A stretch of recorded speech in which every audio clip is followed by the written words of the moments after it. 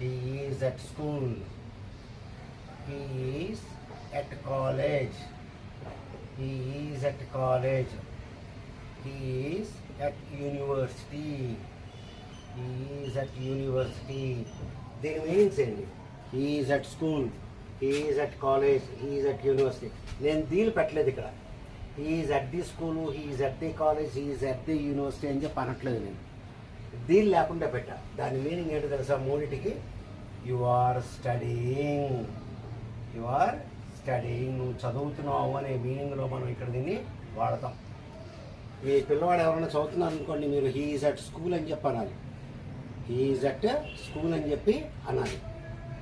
గుర్తుపెట్టుకోండి బాగా. రైట్. దీ పెడితే ఏమొస్తుంది? దీ పెడితే he is at the school. He is at the